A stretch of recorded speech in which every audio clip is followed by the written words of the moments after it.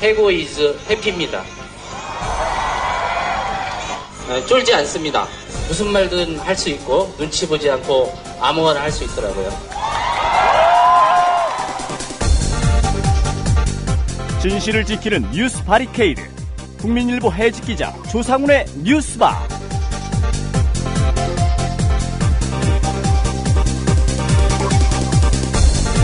청취자 여러분 안녕하십니까. 조상훈입니다. 3월 21일 뉴스바입니다. 한 주를 마무리하는 금요일 아침 뉴스바가 마련한 메뉴 소개해드리겠습니다. 안철수 의원이 어제 광주를 찾아 지역 시민들에게 사과했습니다. 햇볕 정책의 결과물인 6.15 남북 공동선언, 민주투쟁의 상징과도 같은 5.18 광주 민주화운동 정신 등을 통합신당 정강정책에 반영할지 여부에 관한 최근 논란과 관련했습니다. 오늘 이슈 탐험에서는 전남대 교수이자 광주 흥사단 평의회 부의장 그리고 광주 시민단체 연합 최영태 상임대표로부터 호남 시민사회의 목소리 들어보겠습니다. 선거의 정수는 정책입니다. 정책을 둘러싼 후보들의 균열은 선거의 필수 흥행 요소입니다. 선명한 정책은 유권자들에게 가장 확실한 판단의 잣대로 기능합니다. 다가오는 6.4 지방선거 열기가 가장 빠르게 달아오르는 곳 경기도입니다. 이른바 무상버스 정책 논란 때문인데요. 정책 경쟁 열기에 불을 붙인 사람은 경기교육감 출신인 김상곤 예비후보입니다. 오늘 초대석에서 경기도지사 선거 출마를 선언한 김상곤 예비후보를 만나보겠습니다. 잠시 광고 들으시고 김용민 PD와 함께 조간신문부터 읽어보겠습니다.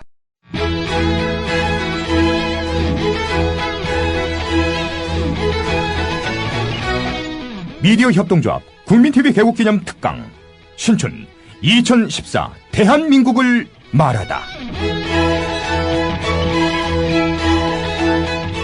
미디어 협동조합 국민카페 온에어가 국민TV 개국을 맞아 주간 특강을 마련합니다. 대한민국의 언론, 법조, 경제, 안보, 사회 각 분야의 전문가들이 나서 2014년 대한민국의 현실과 미래를 짚어냅니다. 3월 24일 월요일 서화숙 한국일보 선임기자, 3월 25일 화요일 이정열 전 창원지법 부장판사, 3월 26일 수요일 선대인 경제연구소장, 3월 27일 목요일 김종대 디펜스 21 플러스 편집장, 3월 28일 금요일 홍세화 말가활 발행인이 시대의 화두를 제시합니다. 3월 24일부터 28일까지 서울 마포구 월드컵로 37 국민카페 온에어의 조합원과 애청자 여러분의 많은 참관을 기대합니다.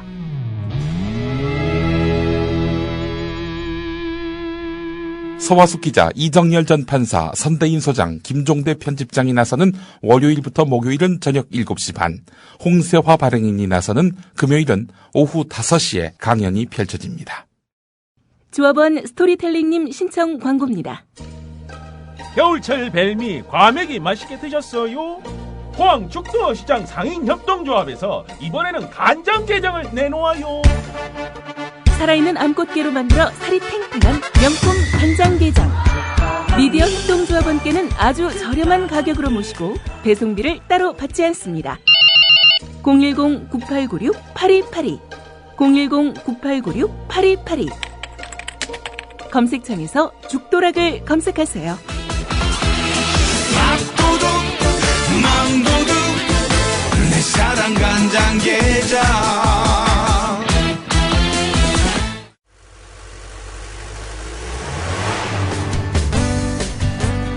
새로운 시작, 새로운 여행, 대한민국 투어. 대한민국 투어는 45인승, 28인승, 리무진 등 다양한 관광버스를 보유하고 있으며 최고의 서비스와 저렴한 가격으로 모든 차량을 이용하실 수 있습니다.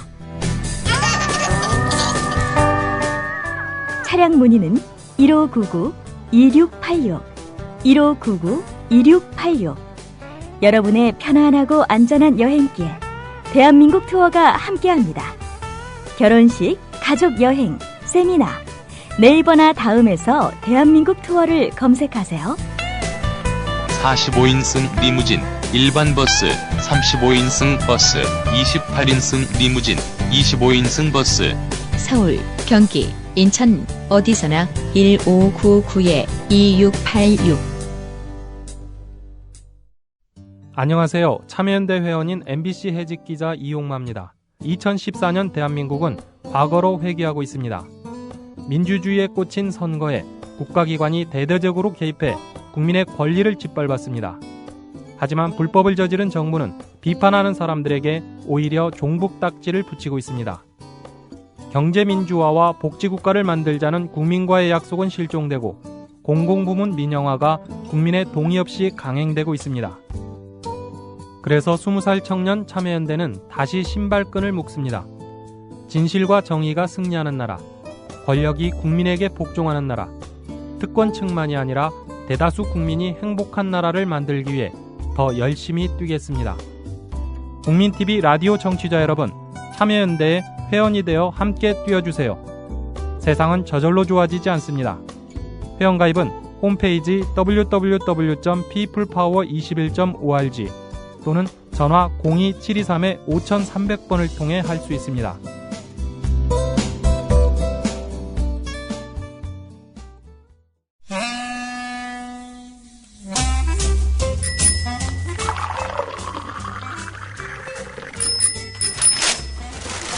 아침 신문 귀로 읽으세요. 김용민의 조간 브리핑. 네, 김용민 PD와 함께하는 조간 브리핑입니다. 안녕하십니까? 네, 안녕하십니까? 예, 갈수록 옷차림이 좀 가벼워지고 있습니다. 예, 봄이 오고 있는 것 같습니다. 예. 오늘 준비한 첫 소식 어떤 겁니까? 삼성 백혈병 문제와 문호조 경영을 비판하는 칼럼을 쓴 송경동 시인에게 경향신문 편집국이 아니라 광고국이 일부 표현을 수정해달라고 직접 요청했다고 합니다. 예. 칼럼을 광고란에 냈습니까? 아닙니다. 기사 나가는 지면에 냈는데 요청을 광고국에서요? 예. 예. 경향신문 광고국은 이틀 전에 송경동 시인에게 전화를 걸어서 삼성 백혈병 문제를 언급하면서 무슨 아우슈비츠도 아니고 삼성전자와 삼성 SDI, 삼성 반도체 등에서 생체 실험의 대상이 되었거나 죽거나 투병 중인 이들이 제보된 사람들만 190여 사람이 됐다라고 썼어요. 예. 이에 대해서 경향신문 광고국은 이 가운데 생체 실험이라는 표현을 수정해달라고 전화했고 송경동 시인은 이걸 받아들였다고 합니다. 경향신문은 최근에 삼성 비판 기사의 출고 시기, 그러니까 게재 시기를 늦추거나 데스킹 과정에서 삼성을 삭제했습니다. 경향신문도 삼성 광고에 장악당한 셈입니다. 예. 이런 사정은 어떻게 파악을 하셨나요? 미디어 오늘에서 보도가 된 내용인데요. 예. 이 남의 얘기가 아닙니다. 작년에 미디어 협동도 조합이 출범하면서 우리는 삼성 광고를 받지 않는 언론이 되겠다면서 주요 일간지에 광고 신청을 했었지요. 예. 실무 담당자가 또 우리 조상훈 국장이시기도 했는데 하여튼 그 신문사들 온갖 구실과 변명으로 거절했습니다. 갖가지 이유를 댔어요. 그런데 우리는 삼성 눈치를 안 볼 수가 없어요. 라는 말은 없었습니다. 예. 비슷한 일이 또 발생했습니다. 삼성 바로잡기 운동본부가 삼성전자 서비스 AS 기사들의 노동 실태를 알리는 광고를 국내 주요 일간지에 게재하려고 했습니다. 자, 그런데 일간지들 외면 또는 단가 부족 등의 이유로 광고를 게재하는데 실패했습니다. 484만여 원의 돈을 모아서 이 돈으로 이제 일간지 광고를 하려고 했는데요. 예. 대다수 일간지들이 거부한 것입니다. 예. 지난해 에피소드를 말씀하셨는데, 예. 처음에는 조간에 내려고 했습니다. 네. 그런데 어느 신문이라고 말씀드리진 않겠습니다. 예. 석간인데, 예. 우리 신문에 좀 내면 안 되겠느냐. 예. 광고 시안을 보내줬습니다. 네. 보더니 안 되겠다. 이런 답변을 들었죠. 석간의 종합 일간지입니까? 좀 색깔이 특이한 신문입니다. 예. 하나밖에 없네.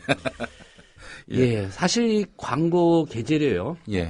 저희도 일면에 광고를 몇 번 내지 않았습니까? 그렇습니다. 한 500만 원 된 돈으로 광고 가능합니다. 예. 굳이 일면이 아니더라도요. 예. 이보다 훨씬 낮은 가격에 안쪽에 있는 지면에 가능하고요. 예. 이와 비슷한 금액으로 일면 광고까지 가능하거든요. 예. 삼성 눈치 때문에 광고 못 싣겠다. 이렇게 보는 게 가장 정확하겠죠. 예. 자, 미디어 협동조합 내일 총회를 엽니다. 1년 전과 지금 바뀌지 않은 또 앞으로 바뀌지 않을 원칙이 있다면 삼성 광고를 안 받겠다는 겁니다. 그렇기 때문에 삼성에다가 할 말을 할 수 있는 겁니다. 삼성 비판하는 영화, 그래서 상영관을 잡지 못한 영화, 미디어 협동조합이 만든 카페에서 상영할 수 있는 겁니다. 바로 모레 3월 23일 일요일 낮 4시에 서울 마포구 합정동 426번지 1호 웰빙센터 지하 1층 국민카페에서 삼성 백혈병 노동자들의 분투기 탐욕의 제국을 상영합니다. 음료비까지 포함해서 관람료 10,000원입니다. 많이 찾아주시길 바라겠습니다. 예, 삼성 광고와 관련된 삼성의 광고 시장 장악이죠. 네. 관련된 얘기를 좀 해볼까요? 그러니까 만약에 이런 삼성 비판 신문 광고를 쓰게 되면은 삼성으로부터 광고를 못 받을 수 있다. 신문사들은 이 걱정하는 겁니다. 예. 또 삼성 비판하는 칼럼을 이렇게 게재하면은 또 삼성이 화가 나서 우리한테 광고를 안 줄까봐 이게 신문사, 편집국, 광고국 모두 삼성 비판 기사에 전전긍긍하고 있는 것이죠. 예. 신문사마다 사정은 다르겠습니다만 대략 한 4분의 1 정도의 매출을 네. 삼성 광고가 차지한다. 그 신문사 한 해 수입의 4분의 1을 삼성 광고가 담당한다면 삼성에 장악 안 당할 수가 없는 거죠. 예. 예. 오늘 본격적으로 뉴스 브리핑 한번 해볼까요? 예. 어제 박근혜식 끝장 토론 이게 화제였죠? 예, 회의도 예정 시간을 3시간이나 넘겨서 밤 9시까지 진행됐습니다. 그러나 열띤 토론은 없었습니다. 민간 참석자들은 대부분 미리 써온 원고를 읽는 것으로 자신의 의견을 밝혔고요. 주무장관들은 준비한 답변을 내놨습니다. 예상하지 못한 돌발 질문이나 찬반 격론 이런 건 없었고요. 예. 전반적인 분위기도 딱딱함을 떨치지 못했습니다. 저 흥행 요소가 제로인 이런 토론회. KTV만 중계해도 과한데요. 예. 지상파 3사 포털 사이트에서까지 이 회의가 생중계됐습니다. 이에 대해서 전국 언론노조 KBS 본부는 중계방송은 국제, 국가 차원의 행사 등에 한정돼야 하는데 청와대 회의를 중계한 전례는 없다. KBS가 국영 또는 관영방송으로 전락한 상징적인 사건이라고 비판했습니다. 예. 시간을 규제를 했습니까? 규제를 협파했습니다. 협파해서 퇴임할 때까지 토론을 했으면 어땠을까라는 생각이 듭니다. 글쎄 말이에요. 3년 11개월 동안 토론을 하면 얼마나 좋겠는가 그 자리에서. 사실 규제 협파를 한 7시간 갖고 토론 못하죠. 예. 3년 11개월은 토론을 할 일입니다. 예, 방송 시간에 규제가 있었던 모양입니다. 예. 오늘 이 토론에 다른 조간신문 기사들 어떻습니까? 오늘 조선일보를 보면요. 어제 회의를 통해서 힘들고 어려운 사람들이 마음의 짐을 털었다. 이런 식의 느낌을 갖게끔 일면 제목을 뽑았습니다. 예. 9년간의 푸드 트럭 족쇄 10분 만에 풀다. 이런 제목입니다. 이게 뭐냐면요. 푸드 트럭 아시죠? 트럭에다가 음식물을 이렇게 조리해서 식당처럼 트럭 몰고 다니는 분들. 그렇게 해서 이제 파는 분들, 개조한 트럭에서 음식을 조리해서 판매하는 이게 바로 푸드 트럭입니다. 해외에서는 이미 레스토랑의 한 종류로 받아들여질 정도로 일반화됐는데요. 하지만 한국에서는 차량에서 음식을 조리해서 팔게 되면은 식품위생법과 도로교통법 위반입니다. 지난 9년 동안 이 일을 숨죽여 해왔던 자영업자 한 분이 대통령 앞에서 하소연했습니다. 그러자 주무부처 장관이 자동차관리법 시행규칙을 개정해서 푸드카 개조를 적법하게 바꾸겠다 이렇게 말했습니다. 예. 식품의약품안전처장도 합법적으로 개조한 푸드트럭은 자동차 등록증만 있으면 식품 접객업을 할 수 있도록 하겠다 이렇게 약속했습니다. 조선일보는 9년 동안 안 됐던 일도 박근혜 대통령 앞에서는 10분 만에 해결된다는 박정희 대통령에 이은 전지전능한 각하 신화를 쓰려하는 것 아닌가 전 이런 느낌을 받았습니다. 저 역시 푸드트럭에서 영업하는 분들, 그분들의 대다수가 양심적으로 이렇게 음식을 팔 거라고 생각합니다. 자, 이럴 거면은 불량식품을 4대 악법 가운데 하나로 규정해서 그동안 자영업자를 힘들게 했던 박근혜 대통령의 태도는 무엇이었는지 해명이 필요합니다. 예. 듣고 보니 그렇네요. 네. 예. 경제신문들의 논조도 좀 궁금한데 이게 또 기업들 사실상에 좀 대변하는 그런 논조 아닙니까? 예, 그렇습니다. 전경련이 만든 신문이 바로 한국경제신문입니다. 한국경제신문 사설의 일부분을 인용하겠습니다. 당장 중앙부처가 아니라 지방자치단체야말로 암덩어리 규제의 온상이다. 싸구려 민주주의가 낳은 소산이다. 규제는 대부분 조례나 규칙 등에 의해 만들어졌다. 준법이 투쟁의 도구가 되는 나라가 돼버린 이유다. 규제를 싸구려 민주주의라고 폄하합니다. 매일경제신문 사설은 어떤가요? 대통령이 이만한 각오와 의지, 규제 개혁을 흔들림 없이 추진한다면 분명 주목할 만한 성과가 있을 것이다. 그야말로 용비어천가를 썼습니다. 동아일보도 보겠습니다. 보통 사람들의 눈높이에서 장관들을 향해 의식개혁을 역설하는 박 대통령의 모습에 모처럼 속이 다 후련했다는 국민이 적지 않았다. 동아일보는 또 한 돼지갈비 음식점 대표가 하루아침에 규제개혁이 이루어질 수는 없겠지만 오늘 회의에서 희망을 봤어요 라고 한 말을 따로 뽑아서 기사화했습니다. 이면에요. 유신 때도 동아일보 이 정도는 아니었습니다. 이번엔 중앙일보입니다. 사설 내용입니다. TV 생중계로 회의를 지켜본 국민이라면 이 나라가 왜 규제 왕국으로 불리는지, 박근혜 대통령이 왜 규제를 암덩어리 처부숴야 할 원수로 부르는지 잘 알게 됐을 것이다. 이렇게 어제 회의를 격찬했습니다. 예. 뭐 연일 나오는 질문입니다. 예. 이 규제라는 거 과연 나쁜 거냐? 네. 정말 암덩어리 같은 거냐? 네. 처부숴야 될 원수냐? 예. 예, 어떻게 봐야 됩니까? 경향신문 이면 기사를 인용해 보겠습니다. 지난달 17일에 경주 마우나 오션 리조트 체육관 붕괴 사고 다 기억하시죠? 예. 지붕 기울기가 18.5도 미만인 건축물을 지으려면 쌓인 눈에 버틸 수 있는 하중이 제곱미터당 75kg 이상 돼야 합니다. 이 사고가 나기 이전에는 50kg이었습니다. 규제가 더 강화된 거죠. 예. 규제가 또 새로 생긴 거고요. 건물을 더 튼튼하게 지으려면 자재를 더 많이 써야 하고 공사기간도 늘어납니다. 정부와 공무원들의 권한은 강화된 것입니다. 이 바람에 건물을 지으려는 기업과 개인은 추가 비용이 들게 됐습니다. 만약에 마우나 오션 리조트 체육관 붕괴 사고가 없었다면은 이 체육관 소유주가 청와대 회의 가가지고 이 하중을 50kg 견디도록 하는 이런 규제 너무 심해요. 잘못된 거예요. 손님이 줄어요. 우리 비용이 많이 들어가요. 예. 이런 주장하면서요. 그러면 대통령이 아니 왜 그런 식으로 합니까? 눈이 얼마나 온다고. 그거 경주는 또 남부지방에 있잖아요. 남부지방에 얼마나 눈이 온다고. 만약 이런 말을 해가지고 이 하중을 견디는 이 무게를 크게 줄인다. 이렇게 되면 어떻게 되겠어요? 결국 바로 국민 안전 문제로 직결될 수밖에 없는 겁니다. 예. 이런 규제가 필요한 거예요. 다시 이야기해서 규제는 웬만하면 어떤 필요와 목적 속에서 만들어진 것이죠. 자, 그렇다면은 낡은 규제 혁파해야 되겠죠. 그렇다면은 그 규제를 개선하는 첫 수순은 이게 어떤 필요와 어떤 목적 속에서 생긴 규제인가를 따져봐야 되는 거 아닙니까? 예.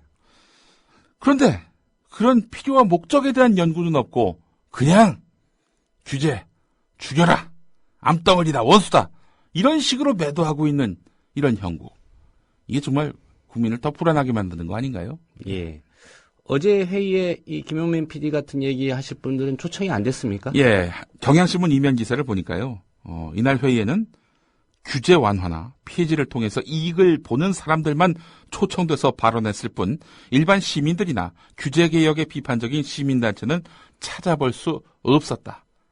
이런 내용이 있었습니다. 예. 초청 대상에 규제를 뒀군요. 그렇습니다.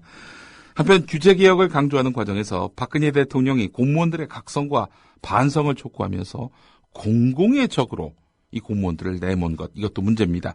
전남도청에서 근무하는 한 공무원은 규제를 통해서 공무원들이 이익을 취하는 것처럼 몰아가는 것에 모욕감을 느꼈다. 이렇게 말했다고 합니다.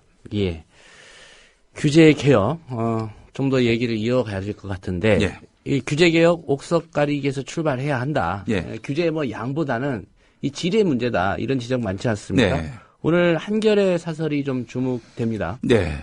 인용해 보겠습니다. 없애야 할 규제와 두어야 할 규제를 잘 가르는 작업이 무엇보다도 중요하다. 그래야 경제 주체들이 납득하고 제대로 추진될 것이다. 규제개혁이. 규제개혁 성패가 여기에 달려 있는 것이다. 박근혜 대통령도 규제 합리화를 할 필요가 있다. 이런 취지의 이야기를 했다. 대통령의 이 말이 빈말이 아니길 바란다. 네, 사설 내용은 여기까지입니다. 예. 제가 한겨레 논설위원이라면은 마지막 문장, 대통령의 이 말이 빈말이 아니길 바란다. 이 부분을 이렇게 바꾸겠습니다. 대통령의 이 말이 누가 써준 말을 읽어준 것에 그치지 않기를 바란다. 라고 말이죠. 예. 어제 있었던 규제 개혁과 관련된 토론회 소식 짚어봤고요. 예. 이번에는 국정원의 간첩 증거 조작 사건 속보 좀 살펴봐야 될 것 같습니다. 오늘 국민일보 기사가 단연 눈에 띕니다. 일면 톱이고요. 6단 예. 통으로 보도를 했습니다. 국가정보원이 조선족 협력자 김모 씨에게 가짜 중국 공문서에 들어갈 내용까지 써주면서 문서 제작을 지시했던 것으로 조사됐다는 겁니다. 쉽게 이야기해서 조선족 협력자 김모 씨에게 국정원이 속은 게 아니라 조선족 협력자 김모 씨가 쓸 이 글의 내용까지 국정원이 지정해서 알려줬다는 겁니다. 예. 그러니까 이 위조의 주체는 국정원이란 얘기입니다. 오늘 국민일보 보도 내용입니다. 자, 기사 내용을 좀 구체적으로 보겠습니다. 공안당국의 말을 종합해보면은 김 사장으로 불리는 국정원 대공수사국 조정관, 이 사람이 조선족 협력자 김 씨가 위조 문서를 만들기 위해 중국으로 가기 직전인 지난해 12월에 국내에서 수차례 접촉을 했는데 유우성 씨 변호인이 법정에 낸 출입국관리소 명의의 정황설명서를 반박할 자료를 어떻게 확보할지를 사전 모의하는 자리였는데 김 사장으로 불리는 국정원 김모 조정관은 이 문서에 들어가야 할 핵심 문구까지 작성해 와서 이 김모 씨에게 전달했다는 겁니다. 조선족 협력자 김모 씨에게 말이죠. 예. 유우성 씨 측 문서는 허가 없이 발급됐으며 국정원이 입수한 출입경 기록이 맞다는 이런 골자의 그런 내용을 조선족 협력자 김모 씨에게 주면서 이대로 문서를 만들어 와 했다는 거죠. 국정원이요. 국정원이요. 국정원이 위조 문서의 초안을 작성해 준 겁니다.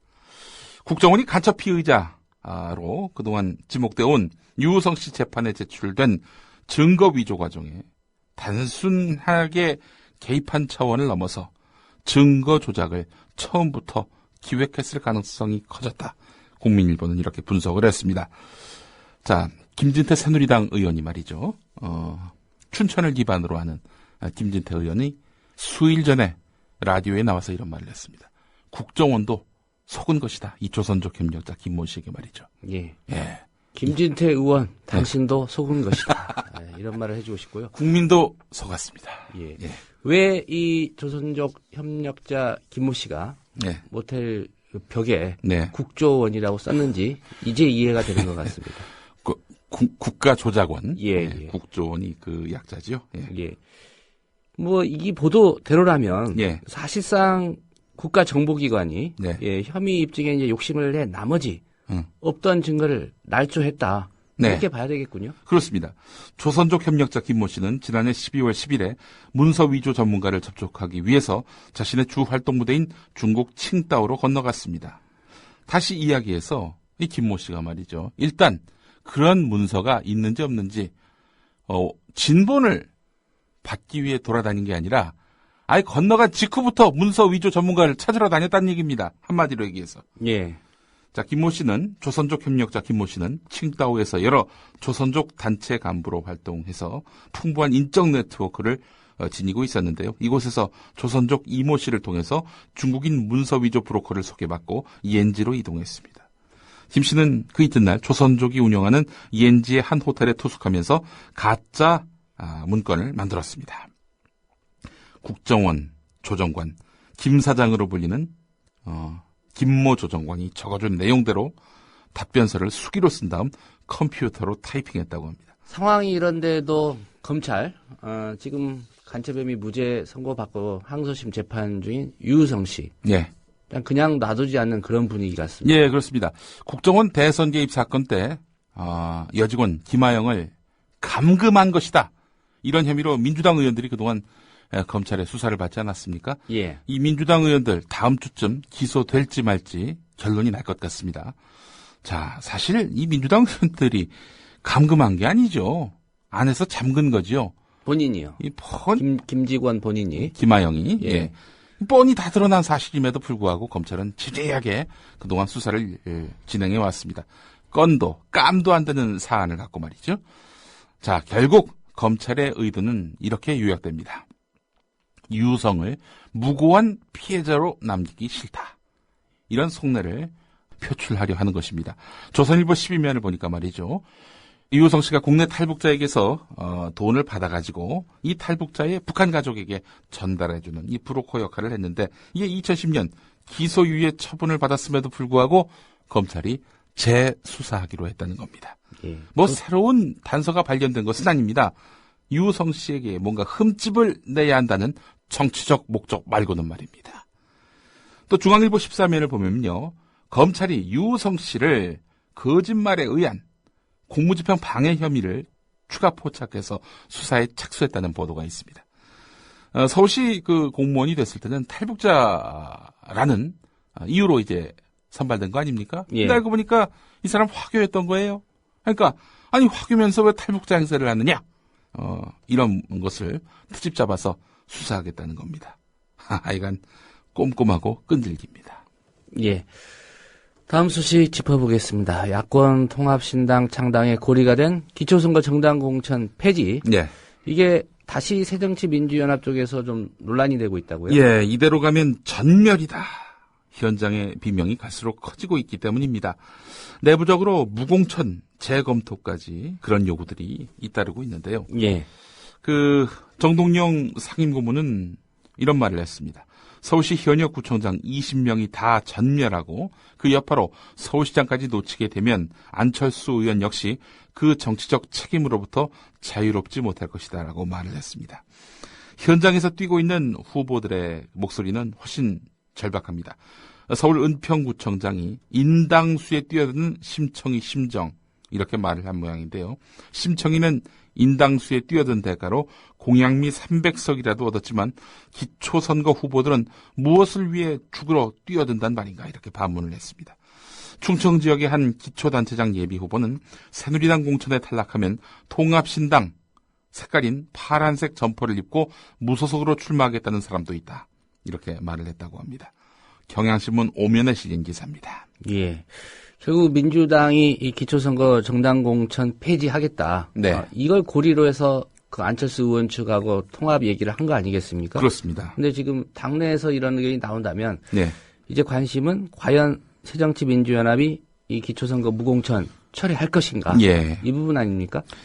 민주당과 안철수 위원장의 새정치연합이 신당을 창당하기로 합의한 데에는 바로 기초선거 정당 공천 폐지가 고리였죠. 예. 이건 뭐냐면요.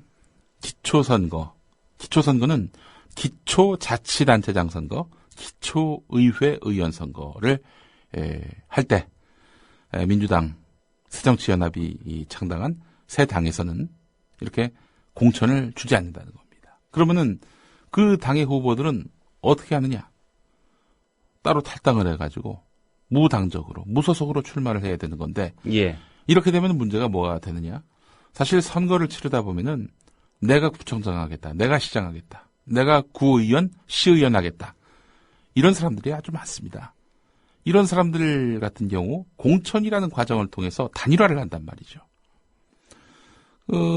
단일화에 불응해서 따로 출마하겠다는 사람들은 무소속으로 나가야 되는 것이고 그런 사람들의 당선 확률은 크게 떨어질 수밖에 없는 겁니다. 또 지지층이 결집할 때는 한 후보에게 몰아주는 우리 선거의 특성상 무소속 후보가 당선될 확률은 대단히 낮은 거죠. 예. 그런데 만약에 창당되는 새정치민주연합에서 후보 공천을 하지 않는다면은 기존의 기초선거 공천제도가 있다면 공천될 사람뿐만 아니라 출마를 하고 싶은데 공천 때문에 못했던 사람들까지 다 나와가지고 이렇게 선거전에 뛰어들게 되면은 기초선거 정당 공천을 하는 새누리당에 비해서 4-5분열이 될 수밖에 없다는 것이고 그렇다면 예. 결국 100점100패로 이어질 수밖에 없다는 것이 바로 새정치민주연합에 속한 그런 정치인들의 고민입니다. 지금 시내에 이렇게 다니시다 보면 예. 예비 후보로 이제 등록한 분들 네.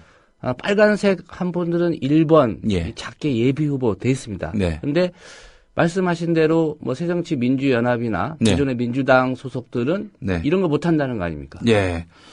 이재명 성남시장, 이분이 대표적인 기초단체장이라 하겠죠. 새정치민주연합에.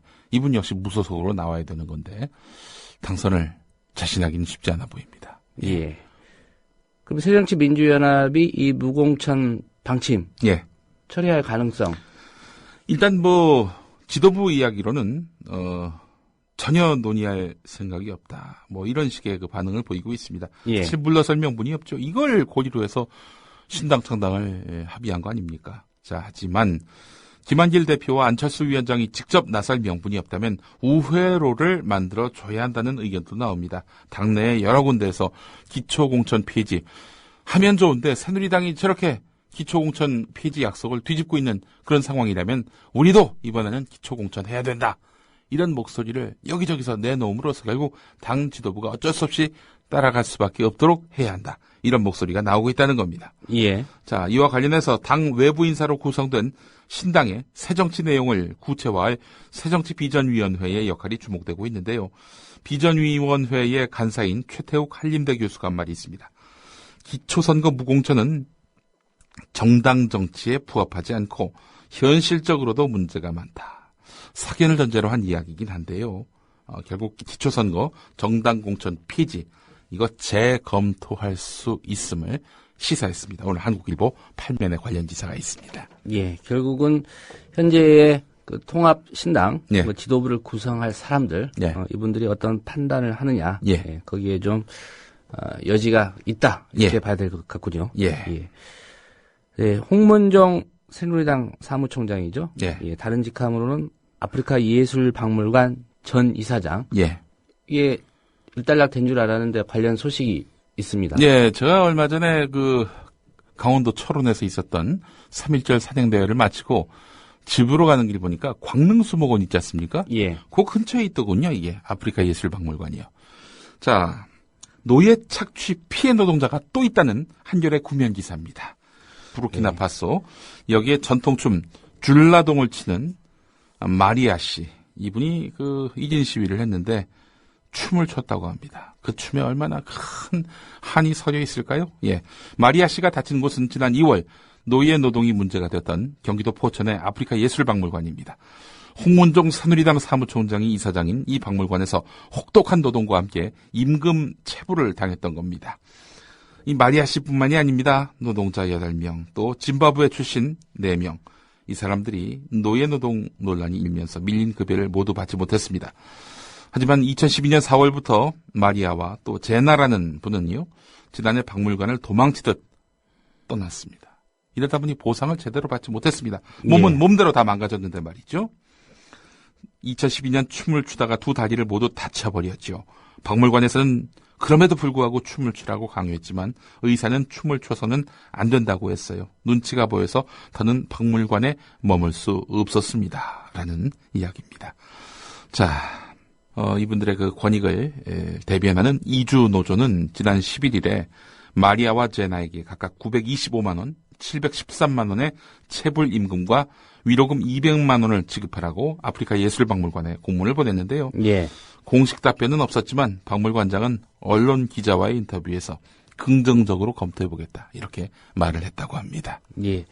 여기 이사장도 바뀌고 박물관장도 예술관이죠. 아프리카 예술박물관 관장도 바뀌었는데. 근데 뭐 전임 관장이나 지금 관장이나 다 홍문종의 최측근입니다. 예. 박근혜 대통령이 다음에 인사를 한다면 제가 예. 개인적으로 좀 추천을 하고 싶습니다. 예. 홍문종 사무총장. 예. 예, 부르키나파소나 짐바브웨를 관할하는 예. 대사로 예. 보내는 게 어떨까 싶습니다. 네, 조간 브리핑 오늘은 여기까지 듣겠습니다. 김용민 PD였습니다. 감사합니다.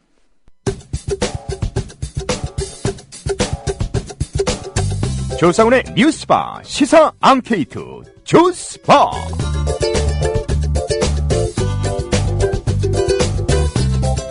네, 각종 현안이나 시사 관련 이슈를 토대로 여러분의 기발한 아이디어를 들어보는 시간입니다. 예, 조스바라는 코너명 좋은 생각 스치면 바로 말씀해 주시라 이런 의미에서 지어봤고요.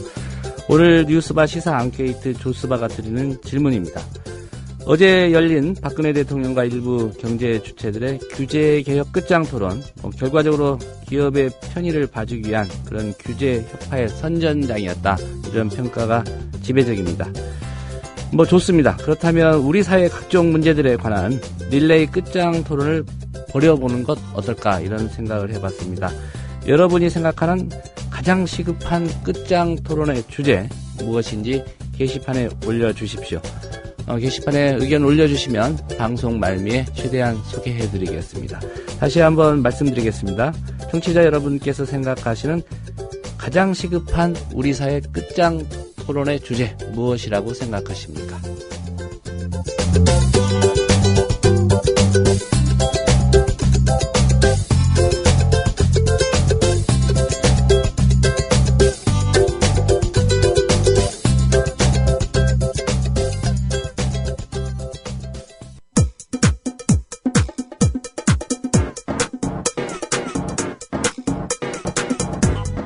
조상훈의 뉴스바. 이제는 이슈 탐험입니다.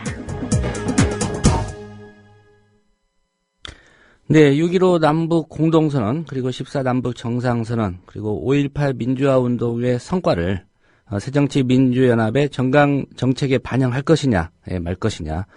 이 논란을 바라보면서 누구보다도 착잡했던 분들이 아마도 호남 지역 시민들이 아닐까 싶습니다. 안철수 의원이 어제 광주를 찾아가 사과하면서 표면적으로 좀 논란은 수그러든 그런 분위기입니다. 하지만 불씨가 완전히 사라진 것 같지는 않습니다. 네, 전남대 교수이자 광주 흥사단 평의회 부의장이면서 광주 시민단체연합 상임대표이신 최영태 대표를 오늘 전화로 연결했습니다. 최 교수님 안녕하십니까? 예, 안녕하십니까? 예. 안철수 의원이 어제 새정치민주연합의 정강정책 초안에서 빼려고 했던 것들, 이 논란에 대해서 어제 사과, 유감 표명을 했습니다. 예. 우선 이 문제에 대해서 광주 지역 시민사회의 반응이 어떤지 좀 궁금한데요. 어떻습니까?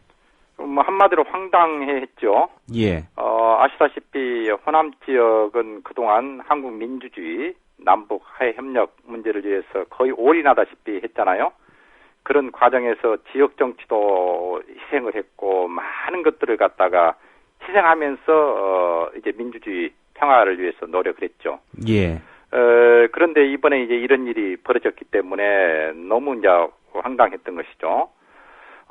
안철수 의원은 이제 민주당과 통합을 하게 되니까 새정치연합만이 아니라 민주진영 전체의 대표자가 지금 될 그런 인물이잖아요. 예. 그런데 민주진영과 운명적 결합을 해온 호남인들로서는 이렇게 가다가는 무슨 닥쳤던 지붕 쳐다보는 꼴이 되는 거 아닌가 하고 우려를 하게 된 것입니다. 예. 저는 안 의원이 결코 4.19, 5.18, 6월 항쟁, 6.15 선언, 14 선언 등을 정강정에서 빼려고 했던 것이 아니다라고 강조해서 여러 번 얘기했고 또 중앙에서도 그런 얘기를 했거든요. 예.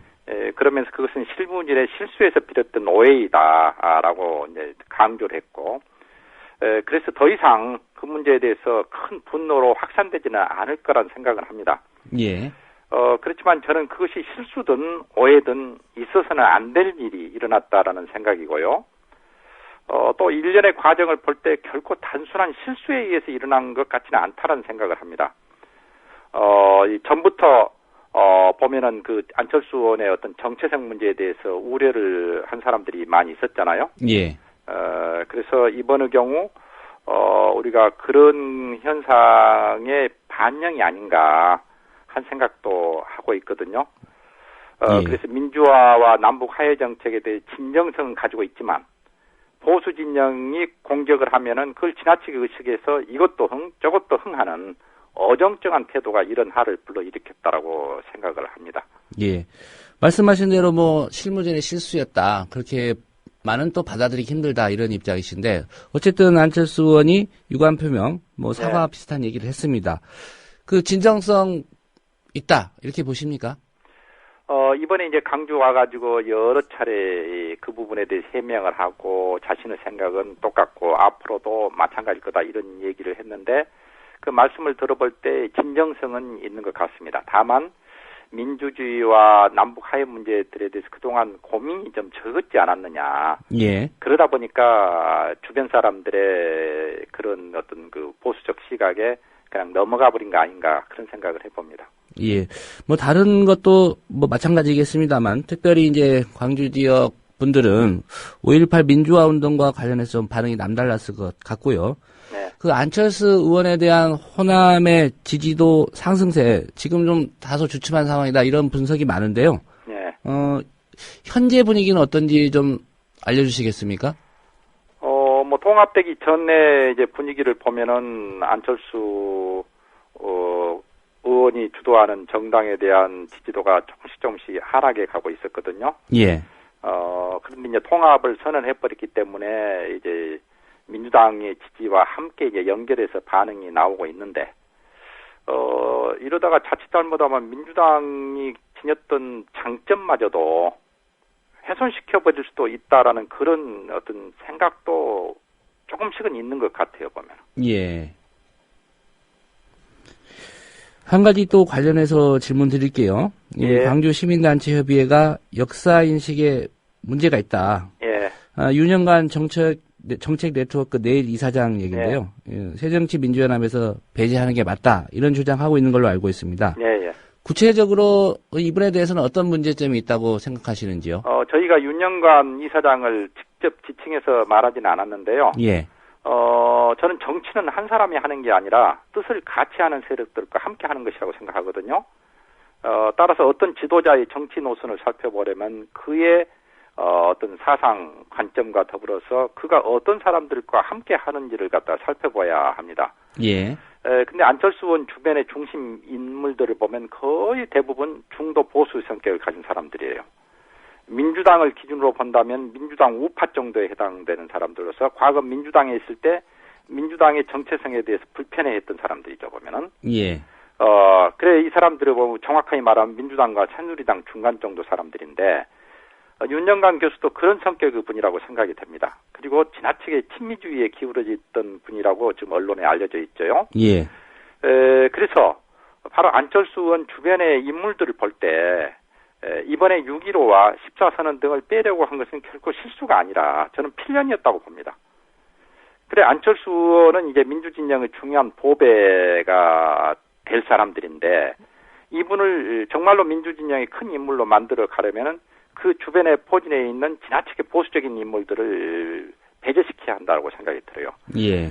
그래야 이번과 같은 실수가 재발되지 않을 것이다라는 그런 측면에서 이번 일과 관련해가지고 그냥 실수했다. 앞으로 그런 일이 없을 거다라고 이렇게 선언적으로만 말하지 말고 구체적으로 이번 일에 어떤 실질적인 책임을 지는 윤영관 교수 같은 사람은 정강정책 어떤 그 입안의 책임자 부분에서 저는 배제시켜야 한다라고 생각이 됩니다. 예. 그래야 호남 사람들이 봤을 때 혹은 전국의 민주진영이 봤을 때 안철수 의원이 이번에 사과하고 그런 재발이 없겠다고 약속한 것에 진정성이 있구나.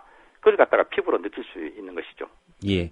말로만 사과하고 유감 표명할 게 아니라 어떤 예. 실질적인 책임을 묻는 조치를 취해야 된다. 그렇죠. 예. 그 중에 하나가 스스로 물러나든가요. 예. 그 정강정책 초안 위반하는 그 영역에서 윤영관 이사장이 물러나야 된다. 이런 입장이시고요. 저는 그렇게 생각하고 이 지역에 많은 사람들이 그렇게 생각하고 있습니다. 예. 더불어서 교학사 교과서에 대한 양비론이라든가 또 네.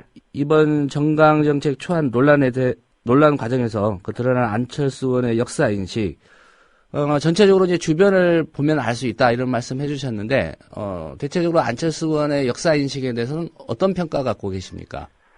저는 안철수 의원이 민주주의와 남북 문제 등에 대해 총론에서는 민주진영 대부분과 생각이 같다고 생각이 됩니다. 예. 그러나 강론 단계에 가면은 이제 고개를 가우뚱하게 만드는 발언들이 나오고 그러거든요.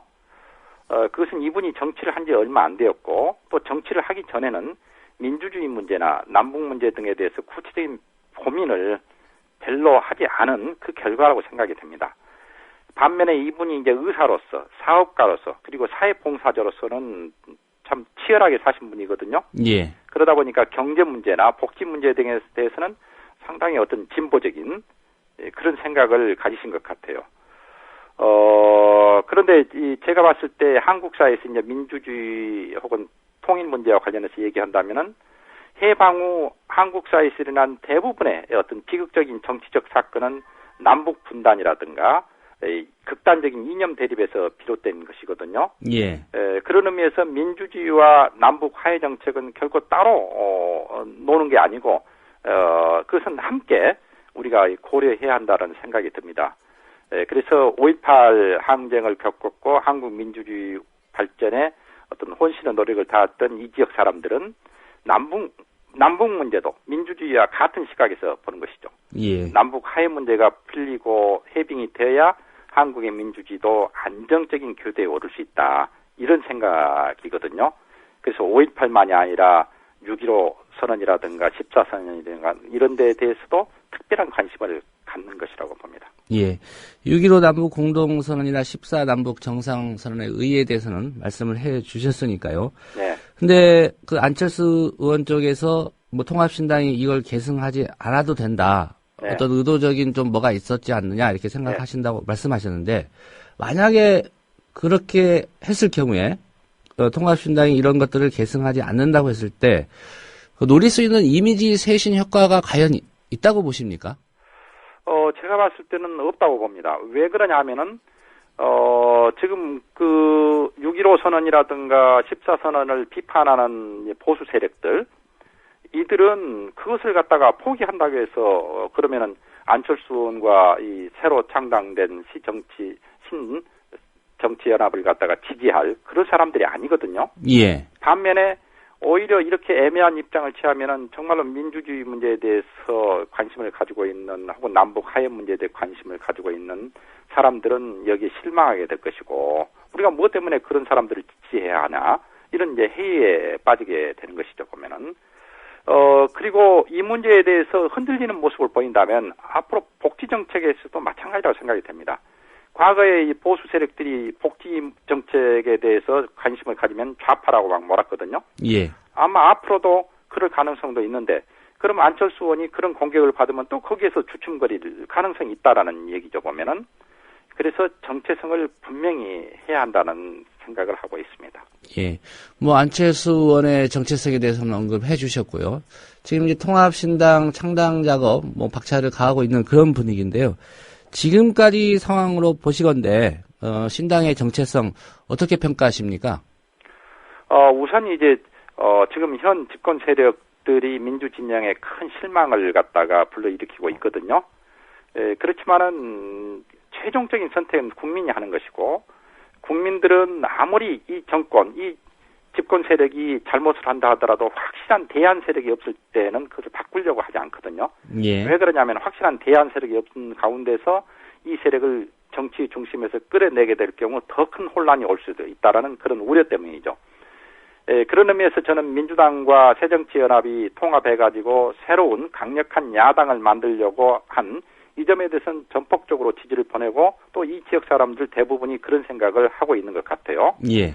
그렇지만 그것이 정말로 민주주의의 지금 한국 민주정당의 어떤 역사를 계승하는 그런 게 되려면은 이번 기회에 정체성을 분명히 해야 하고 그런데 이제 저는 이렇게 봅니다. 안철수 의원이 지금까지는 새정치연합의 주변 사람들과만 접촉을 했고 즉 성향이 비슷한 사람들과 접촉을 했는데 앞으로 이제 민주당 사람들과 접촉을 하고 또 정치를 같이 하려고 하는 과정에서 아마 자신의 생각을 조금씩 좀 더 다듬어 가지 않겠느냐. 예.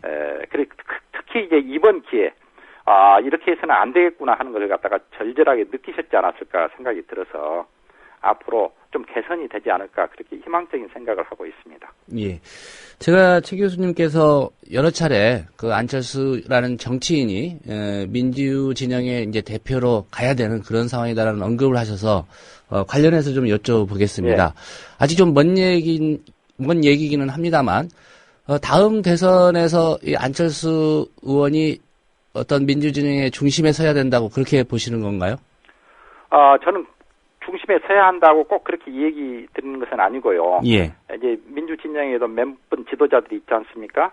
그 지도자 중에 한 분이라고 생각이 되고요.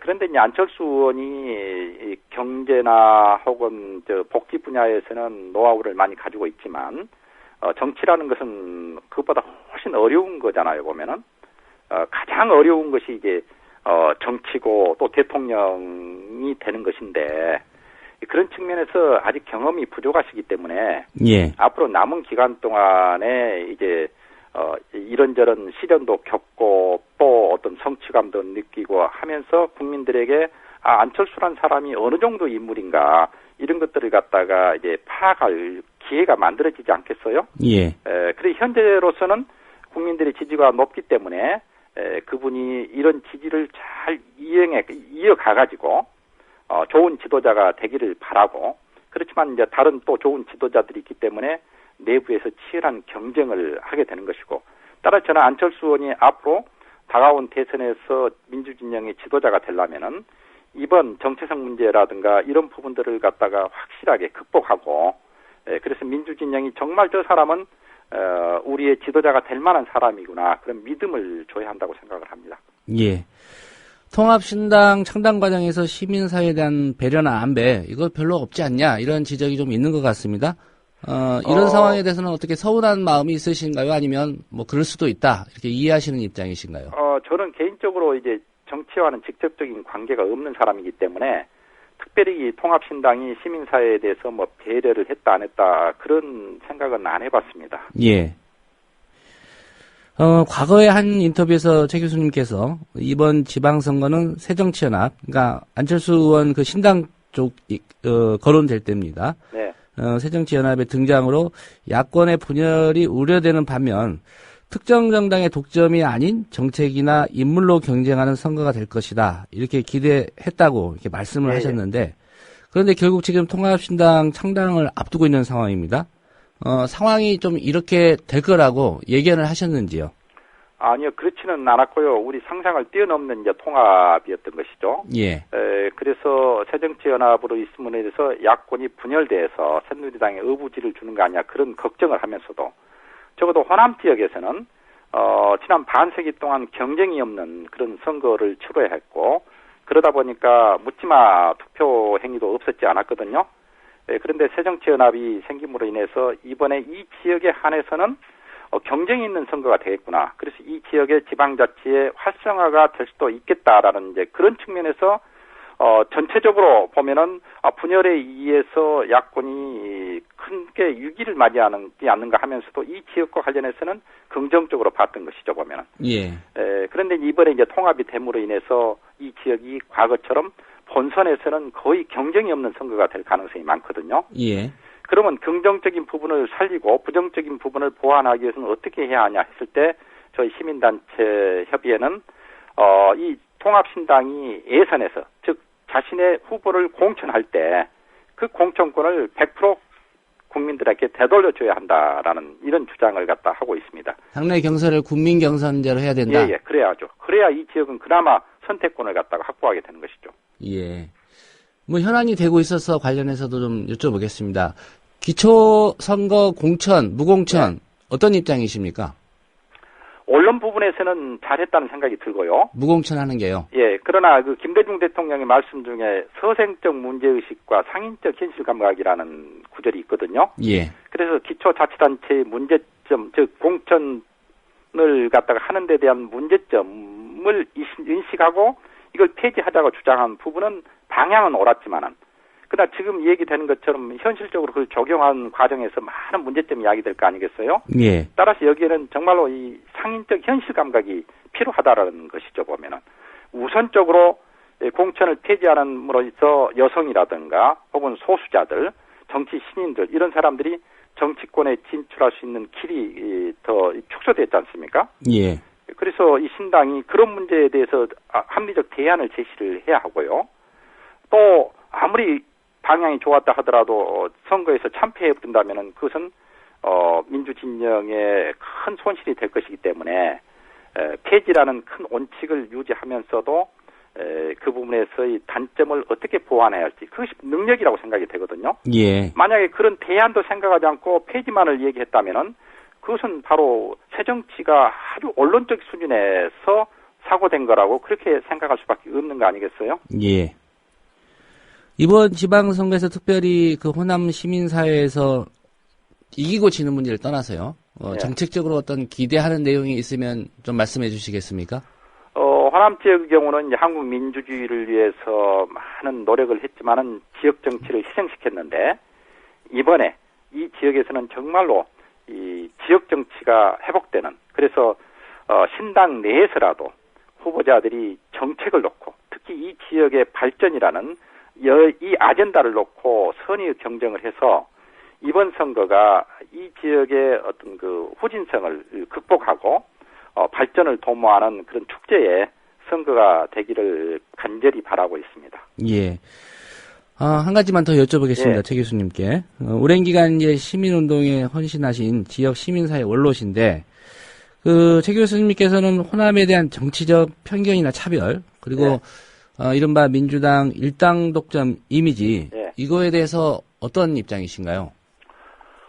저는 이제, 지난 80년 이후, 이 지역이 이제 김대중 대통령과 그가 이끈 정당에 대해서 어떤 전폭적인 지지를 보냈잖아요. 예. 그런 지지를 보낸 배경, 이유를 보면은 하나는, 바로 다른 대안이 없었다는 것이고, 즉, 우리가, 바로 80년 5월에 학살을 했던 그 정치 집단의 후계자들을 지지할 수 없는 또 그, 정당이 이 지역에 대해서 진정성 있는 태도도 보이지 않았고, 그렇기 때문에 대안이 없다는 측면에서 이제 절대적인 지지를 보낸 것도 있지만, 더 근본적으로는, 호남인과 민주정당이 민주주의, 인권, 평화, 지역 균형 발전 등등 가치와 이념을 중심으로 결합된 것입니다. 예. 그래서 이 지역 사람들이 몰표를 던져준 데 대해서 다른 지역 사람들이 그걸 갖다가 비판하고 하기도 했지만은 저희들 입장에서 봤을 때는 떳떳했던 것이죠. 우리가, 무슨 우리 출신이기 때문에 무조건 지지를 보낸 것은 아니지 않느냐. 그들이 바로 우리가 지향하는 목표, 가치, 이걸 갖다가 대변하겠다고 나섰기 때문에 우리가 지지한 것이다라는 것이거든요. 예. 그래서 저희들은 우리의 역사, 이 지역의 어떤 역사에 대해서 자긍심을 가지고 있습니다. 다만 그 자긍심과 더불어서 이 지역이 바로 민주주의를 이렇게 헌신했고 우리 한국 사회의 중심적인 역할을 했는데 이 지역이 발전하면서 그런 가치도 함께 공유했으면 좋겠다라는 이런 생각을 가지고 있는 것이죠. 그래서 이 지역을 대변한 민주당이라든가 혹은 새로운 이제 정당은 이 지역의 어떤 그 아픔 이런 것들을 말로만 하지 말고 피부로 느끼고 그래서 이 지역 발전을 위해서 좀 더 헌신해 달라는 거. 그러려면은 이번 지자체 선거와 관련해 가지고도 예를 들어서 광역 자치단체장이라든가 이런 데서 절대로 나눠먹기식의 그런 생각을 가져서는 안 된다는 겁니다. 호남 지역이 결코 그들 정당들의 나눠먹기식 대상 지역은 아니거든요. 예. 그런 생각을 가지고 있습니다. 예. 지역보다는 가치에 대한 지지였다. 이런 말씀으로 좀 그렇죠. 요약이 되는 것 같습니다. 최 교수님 오늘 말씀 잘 들었습니다. 예, 감사합니다. 네, 지금까지 광주시민단체연합 상임대표이신 최영태 전남대 교수와의 인터뷰였습니다.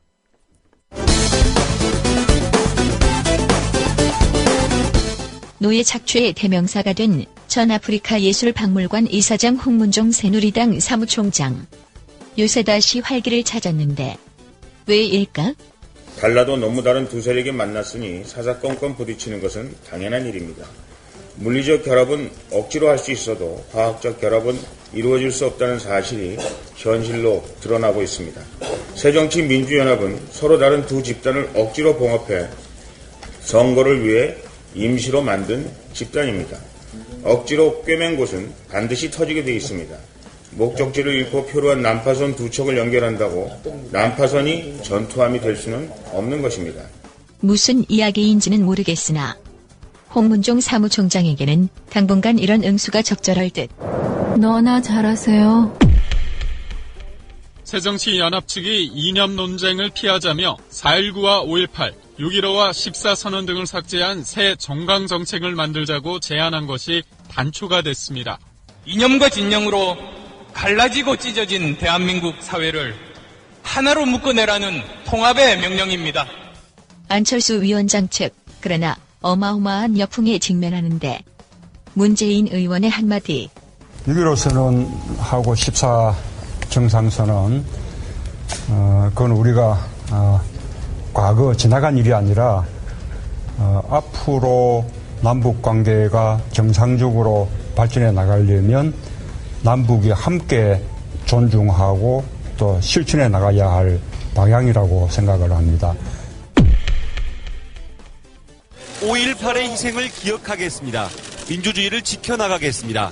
안철수 새정치민주연합 공동위원장은 국립 5.18 묘지를 참배하기 전에 방명록에 이 같은 문구를 직접 적었습니다. 피켓을 들고 항의 시위 중인 진보연대 회원들에게는 일부러 다가가서 사실과 다른 내용이 알려졌다며 오해를 풀고 싶다는 뜻도 전달했습니다. 저와 동시대에 치열하게 살다가 이곳에 묻히신 분들, 지금 현재 한국 사회에 당부하시는 말씀들에 귀를 기울이면서 더 한층 책임감을 느낍니다. 새정치연합 측이 신당 정강 정책에 무기로 14선언 등을 빼자고 제안했다가 민주당 측과 진보 진영 측의 비판을 받았던 안철수 창당준비위원장은 광주를 찾아 사과했습니다. 동지 여러분들께 먼저 사과의 말씀 드립니다. 뜻하지 않는 논란으로 마음을 불편하게 해드렸습니다. 그러면서도 4.19 혁명과 5.18 광주민주화 운동에 대해 삭제를 요청했다는 보도가 있었습니다. 분명히 말씀드립니다. 사실이 아닙니다. 사실 안철수 위원장 정치 참여 선언을 하기 전에도 그랬는데 2012년 5월 17일 광주를 찾아와서 했던 말. 5.18은 우리 역사에서 우리 대한민국의 정통성을 이렇게 규정짓는 아주 중요한 의미 있는 그런 일이라고 생각합니다. 그것에 대해서 저는 훼손하려는 그런 시도들, 그런 것들은 용납되면 안 된다는 생각을 가지고 있습니다. 안철수 위원장, 그러다가 또 똥볼을 차는데. 그런데 돌이켜 생각해보니 안 위원장 측은 교학사 교과서 파동 때도 이 소모적 논쟁이라면서 양비론을 들고 나왔고, 기초연금 시행과 관련해서도 역시 소모적 논쟁을 피하자면서 새누리당과 정부의 수정안을 받아들일 가능성을 내비치기도 했습니다. 민주당 입장에서 보면 결코 수용할 수 없는 일들을 안 위원장 측은 버젓이 인정해버린 겁니다. 앞으로도 제2, 제3의 인식의 부재와 철학의 부재로 인한 내부 갈등이 생길 수 있다는 뜻입니다. 무엇이 안철수 위원장으로 하여금 그릇된 역사인식을 갖고 있다는 논란에 휘말리게 했을까? 정청래 민주당 의원의 말을 들어보겠습니다. 자, 자기 머릿속이 정리가 확 돼 있고 뚜렷하다면 말이 흐리지 않습니다. 애매모호하지 않습니다. 자신의 생각이 있는 대로 말을 뚜렷하게 하게 돼 있습니다. 저는 역사인식의 부재, 철학의 빈곤이 빚은 재앙이었다. 이렇게 저는 보고 있습니다.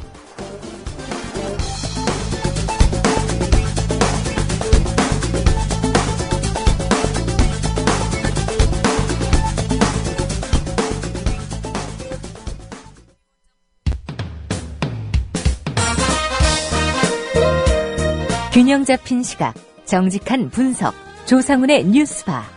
이어서 초대석으로 만납니다.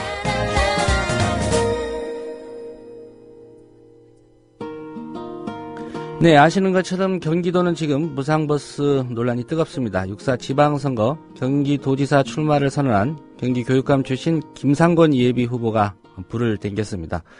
여권, 야권 할 것 없이 경쟁자들은 일제히 공짜 포퓰리즘이다, 이런 비난을 하고 있는 양상입니다. 지방선거 열기가 가장 뜨거운 곳 경기도, 그 열기의 중심에 서 있는 김상곤 예비 후보를 오늘 초대석에서 전화로 만나보겠습니다. 김 후보님 안녕하십니까?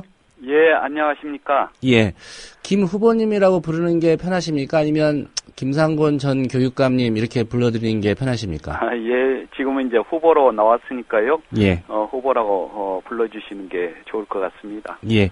요즘 바쁘실 텐데 특히 이제 지역 주민들 많이 만나시고 계실 것 같습니다. 예, 그렇습니다. 우리 김 후보님 대하는 주민들의 분위기, 여론 어떻습니까? 예, 저를 아시는 이제 경기도민들은 아마도 이제 우리 학생들 무상급식이라든가 혁신교육을 성공적으로 해낸 교육감으로 이제 많이들 기억하고 계시는 것 같습니다. 예. 그리고 이제 특히 이분들 만나보면은 사는 게 어렵고 팍팍하다. 그리고 이제 나라가 참 비정상적으로 돌아가고 있는 것 같다라는 말씀을 이제 많이 하시는데요.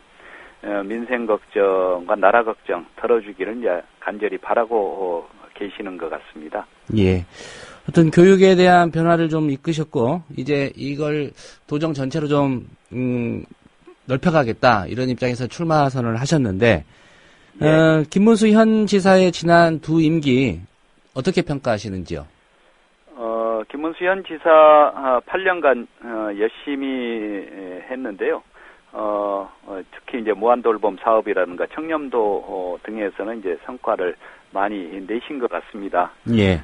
그런데 이제 방만한 경영과 이제 그것으로 인한 재정적 어려움이 경기도에서 이제 많이 있어서 참 그러한 것은 아쉬운 부분이라고 봅니다. 예. 정책 얘기로 좀 들어가 보도록 하겠습니다. 무상버스 공약 얘기인데요. 어제 처음으로 이제 정책 브리핑 열어서 무상버스의 개념, 그리고 이행계획, 또 재원 확보 방안, 설명을 하셨는데, 뭐 경기도민들이나 또 청취자들 위해서, 구체적으로 어떤 내용이었는지 다시 한번 좀 정리해 주실까요? 예, 간단히 정리하면은, 첫째로는 이제 제가 출마할 때 발표한 것처럼 단계적으로 이제 접근한다는 것입니다. 시행 최대가 될 2015년에는 65세 이상 어르신, 초중학생, 장애인에 대해서 이제 무상버스를 운행하고, 예. 그 다음 해에는 이제 고교생으로 확대하고, 이어서는 이제 비혼잡 시간, 즉 혼잡하지 않은 시간대에 오전 11시부터 오후 2시까지 모든 도민들이 무상으로 이제 버스를 이용하실 수 있도록 하겠다는 말씀이고요. 예. 그리고 이제 한꺼번에 모든 도민에게 무상 버스 서비스를 제공하는 것이 아니라서 사실은 아주 큰 돈이 들어가지는 않습니다. 이제 두 번째로는 무상버스는 우리 도민들에게 이제 보다 나은 교통복지를 제공한다는데 이제 초점이 맞춰져 있습니다. 예. 예, 버스 공영제와 같은 소유 방식은 이제 노선을 신설한다든지 적자 노선을 인수한다든지 하는 방식으로 접근하고요. 한꺼번에 모든 버스 회사를 인수하는 것이 아니어서 역시 아주 합리적인 수준에서 추진한다는 이야기입니다. 예. 그런데도 불구하고 이제 어떤 분들은 공짜 버스니 세금을 더 내야 한다느니 뭐 재정이 뒷받침되지 않은 실현 불가능한 공약이냐 하는 말씀을 하시기도 합니다만은 어제 발표를 통해서 이런 부분에 대한 오해가 많이 풀렸으리라 생각합니다. 예. 그럼 말씀하신 대로 뭐 일각에서는 이거 하려면 4조 원 정도 돈이 들어간다 이런 주장하는데 이건 사실과 다르다는 말씀이신가요? 예, 그렇죠. 뭐 1조 원에서 많으면 4조 원까지 언급하면서 비판을 하고 이제 또 모르는 가운데 이제 비난을 하기도 하는데 이것은 좀 부적절한 것이라고 봅니다. 예. 단계적 실시를 말씀하셨는데 그럼 최종적으로 어느 정도 예산이 있으면 가능하다고 보시는지요? 지금 2015년에는 우선 이제 956억 원을 예상하고요. 예. 그리고 이제 2017년에는 이제 2,868억을 예상합니다. 그래서 그 정도를 가지고서 이제 기초지자체하고 또 협력하면 부담이 조금은 이제 더 줄어들 것 같고요. 그래서 이 정도는 충분히 경기도 예산이 어려운 상황이지만은 제로베이스 예산 방식에 의해서 이제 예산을 전면적으로 재검토하고 조정하고 이제 방만한 예산 운용을 줄이고 하면은 충분히 가능하다고 봅니다. 예. 대체로 계산해 보니까 4천억 정도 되는 것 같은데 4조 원 주장과는 한 10배 차이가 납니다. 예, 그렇습니다. 예. 예. 교육감 시절에는 이제 무상급식이 있었고요. 또 이번에 이제 무상버스 공약을 내걸으셨는데 무상 뭐 이거 예. 결국은 무상이지만 이제 사회나 시민들이나 정부 결국 세금 내야 되는 거고 이쪽에서 이제 책임을 진다 그런 영역을 점점 키워가겠다 이런 방식으로 보여집니다. 특별히 이 무상이라는 가치에 대해서 어떤 애착이나 김 후보님 나름대로의 철학을 갖고 계시는지요? 뭐 지금 말씀대로 이제 무상은 공짜가 아니다, 세금을 더 내야 한다라고 이제 말씀하면서 이제 우리 도민들을 오도하는 분들 또 겁박하는 분들이 있는데 물론 어떤 사회도 공짜 점심은 없습니다. 무상도 그냥 단순히 공짜를 말하는 것이 아니라는 것은 다 아실 겁니다. 예. 그러나 이제 세금을 더 내야 한다든지 또 추가적인 부담을 해야 한다든지 그런 것 없이 지금의 재정 범위 내에서 이제 하겠다는 말씀이고요. 특히 이제 제가 무상이란 이름으로 이제 복지 제도를 제안하는 것은 우리나라가 그동안에 짧은 기간 동안에 우리 국민들의 노력에 의해서 엄청나게 빠른 성장을 했지 않습니까? 예. 그럼에도 불구하고 OECD 국가 중에서 사회복지 수준은 가장 낮은 상황입니다. 그래서 그동안에 이제 성장과 발전의 과실 또 그러한 성과들이 국민들에게 이제 골고루 나누어져야 되지 않겠느냐. 아주 낮은 수준에서 하나하나 조금씩은 진전되는 게 필요하지 않느냐 하는 것은 보편적인 인식입니다. 그래서 보편적인 이제 복지 방식의 무상 제공이 이루어지는 게 필요하다. 이것도 아주 이제 기초적인 단계에서 접근하는 수준이죠. 예. 그래서 그런 면을 다 같이 이제 이해하고 공감하시면 좋을 것 같습니다. 예. 곧 민주당과 새정치연합의 통합신당이 창당될 테니까 뭐 당내 경쟁자라고 좀 표현을 하겠습니다. 예. 예. 민주당의 김진표 의원 그리고 이제 원혜영 의원이 김 후보의 무상버스 공약을 비난하고 있습니다. 한 분 한 분 짚어보면요. 김진표 의원은 엊그제 이렇게까지 말을 했습니다. 도저히 실현 불가능한 방안을 내놓음으로써 새정치연합 후보군에 대한 전반적인 신뢰만 저하시키고 있다. 이런 주장하셨는데 어떤 입장이신가요? 그러니까 무상버스가 실현 불가능한지는 어제 발표한 자료를 검토해 보시면 이제 바로 아실 수 있는데요. 그런데 이제 김진표 후보님이 뭐 이렇게 비난성 발언까지 하시는 것은 이러한 상황을 전혀 이해하지 못하시는지 아니면은 아시면서도 정치적인 공방을 하고자 하시는지 이제 잘 이해는 안 됩니다만은 예. 그러나 이제 이것은 다시 말씀드리면 무상교통의 첫걸음을 떼자는 그런 시작이고요. 그리고 단계적 점진적으로 시행하면은 충분히 할 수 있고 또 무상급식이 그랬던 것처럼 이제 세금을 더 걷지 않아도 됩니다. 실현 불가능하다는 것은 아마 한꺼번에 모든 도민에게 무상버스 서비스를 제공한다는 것을 염두에 두고 그렇게 이야기하실 수도 있지만 어제 발표한 것을 보시면은 그게 아니라는 걸 명확히 아실 것이라 생각합니다. 예. 이번에는 원혜영 의원의 주장에 대해서 좀 여쭤보겠습니다. 원혜영 의원 같은 경우에 이제 버스 공영제를 제시를 했는데요.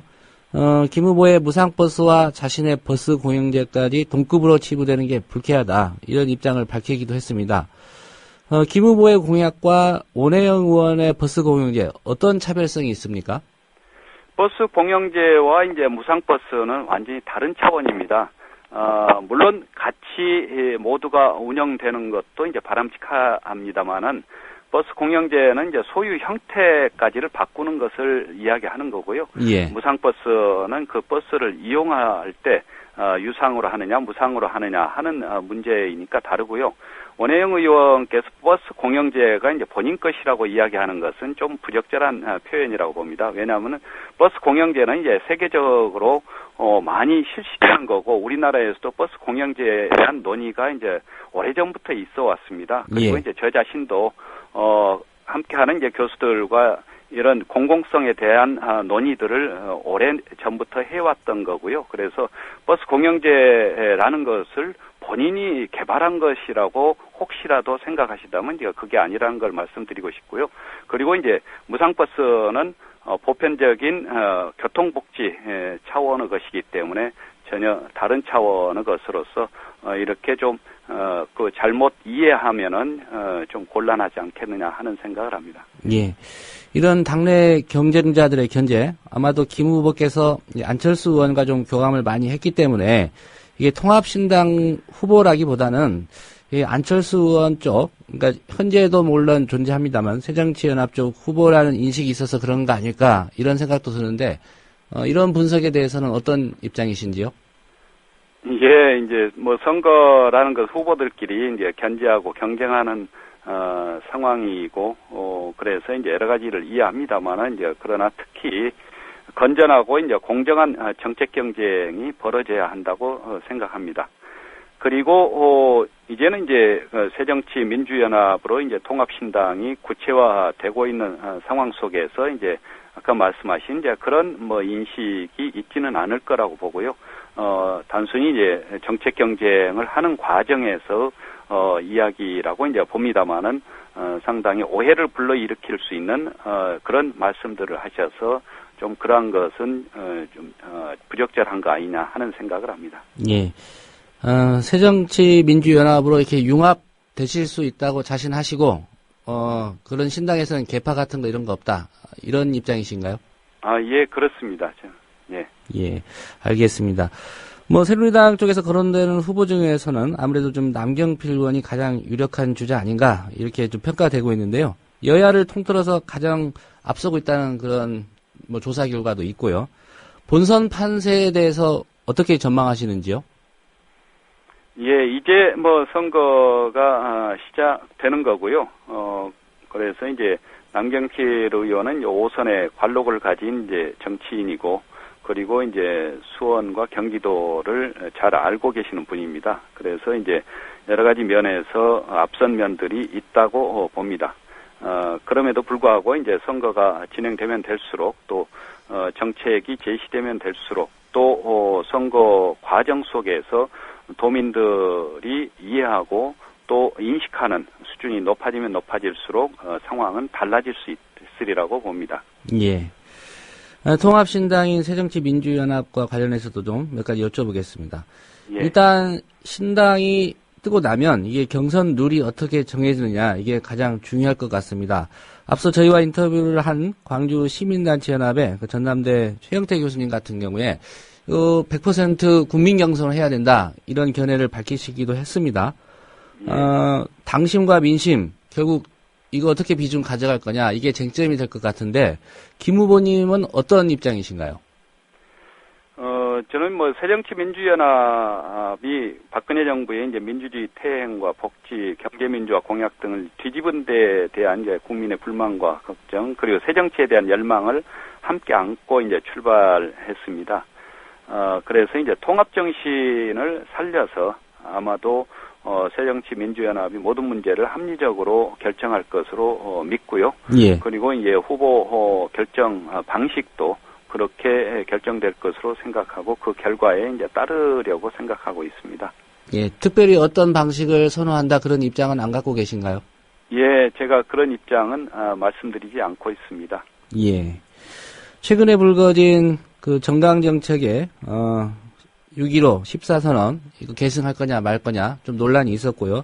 안철수 의원이 결국 광주 찾아서 사과도 했습니다만 이 부분에 대해서는 어떤 견해 갖고 계십니까?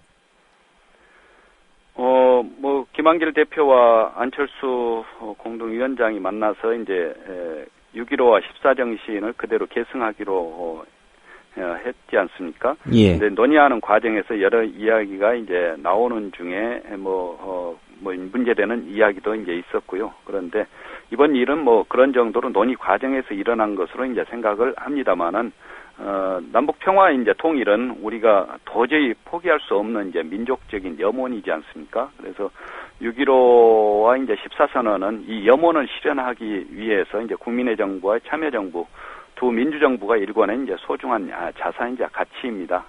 그래서 이제 통합과 이제 새정치 정신으로 출범한 새정치민주연합의 정강정책에 이를 담아내는 것은 당연한 일이라고 생각합니다. 예. 경기도도 이제 수도권의 핵심이기 때문에 규제와 관련된 어떤 논의가 뜨거울 수밖에 없어서 질문을 드리겠습니다. 어제 박근혜 대통령이 규제 개혁에 관한 이른바 끝장 토론을 벌였는데 아마 김 후보께서도 보셨을 것 같습니다. 보셨습니까? 예, 조금 봤습니다. 예. 그 규제 혁파에 대한 박근혜 대통령의 입장 어떻게 평가하시는지요? 물론 이제 불합리한 규제 또 구태의연한 규제를 이제 푸는 것은 필요합니다. 그러나 이제 규제 자체를 금기시하고 또 규제 자체를 대통령께서 표현했듯이 이제 암덩어리라고 접근하는 것은 참으로 역효과를 이제 불러일으킬 수 있다고 봅니다. 그래서 이제 특히 공공적인 규제가 이제 필요한 부분에 대해서는 신중한 접근이 이제 필요하다고 보는데요. 지난 경험을 보면 규제 완화가 진행되면서 이제 사회경제 양극화가 동반된 경우들이 많다는 것을 살펴보아야 될 것 같습니다. 예. 규제 완화가 이제 지나치게 기업 중심으로 이제 전개되는 경우도 있었는데 이러한 사회 양극화의 주된 기제로 작동할 수도 있어서 사실은 이제 조심스럽게 접근해야 된다고 보고 현 상황을 지켜보고 있습니다. 예. 박근혜 정부에 대한 얘기가 나왔으니까요. 지난 1년 박근혜 정부 국정평가는 어떤 관점에서 어느 정도 점수 주실 수 있는지 부탁드리겠습니다. 예, 박근혜 정부 1년 어떤 분들은 뭐 별로 한 것이 없다 하는 이야기도 하고 어떤 분들은 조금 뭔가 체계를 잡고 있지 않느냐 하는 이야기도 하는데 많은 국민들 사이에서는 많이 힘들었다라고 이야기가 나옵니다. 예. 바로 잡을 것은 이제 바로 잡고 이제 새로운 비전을 만들어가야 하는데 사실은 이제 복지공약과 경제민주화 공약을 손바닥 뒤집듯이 이제 파기한 점은 심각한 문제라고 봅니다. 새 모녀 사건 우리 국민들 다 가슴 아프게 보셨습니다. 우리 사회가 정말로 많이 어려워졌구나 하는 생각을 할 수밖에 없고요. 바로 이제 이런 우리의 사회 상황, 정치 상황이 제가 새로운 출발을 결심하게 된 계기가 되었다는 말씀도 좀 드리고 싶습니다. 예. 특히 국정원 이제 대선 개입 사건이 이상하게 이제 마무리되기도 하고 국제적으로 이제 문서 위조 건이 부각되는 상황, 참으로 부끄러운 상황도 진행되어서 전체적으로 이제 민주주의가 퇴행하고 있는 것에 대해서 많이 걱정하고 있고 이건 잘못 가고 있다라고 보고 있습니다.